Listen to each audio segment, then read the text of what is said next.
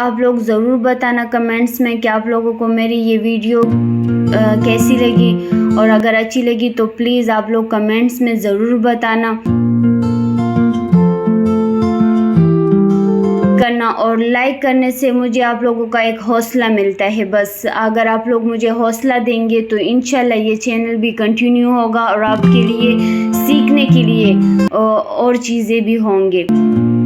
और लाइक करना, शेयर करना और सब्सक्राइब करना, और ज़रूर बताना कमेंट्स में कि आप लोगों को मेरी ये वीडियो कैसी लगी है।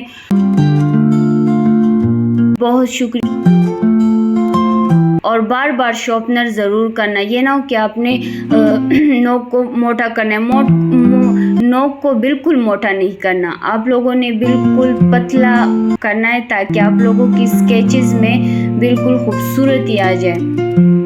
और पेंसिल की गिरफ्त को बिल्कुल ना ज़्यादा सख्त रखे ना ज़्यादा बिल्कुल ढीला रखे, आराम से नॉर्मल तरीके से आप लोगों ने पेंसिल को रखना है। बिल्कुल ना ज़्यादा सख्त हो ना ज़्यादा नरम हो, बिल्कुल आराम से स्लोली अपने आप को गिरफ्त में रखना है। लेकिन इस लकीर को बिल्कुल आराम से सीधी सीधी खींचनी है।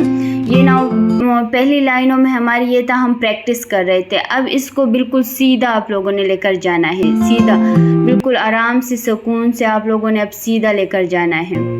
कोई वो नहीं है दोबारा ऊपर लेकर नीचे, ऊपर लेकर नीचे नहीं, ये बिल्कुल आपने सीधा बिल्कुल लकीर के ऊपर आप लोगों ने लेकर जाना है। जैसे हम ट्रेसिंग करते हैं तो उसी तरीके से लकीर के ऊपर लेकर जाएंगे, दोबारा ऊपर नीचे नहीं लेकर जाएंगे। उसमें हमने आप लोगों को प्रैक्टिस करने के लिए कहा था कि ऊपर नीचे आप लोग लेकर जा सकते हैं, लेकिन इसमें आप लोगों ने बिल्कुल सीधा लेकर जाना है, ये बात ज़रूर रखना। सही है, बहुत शुक्रिया।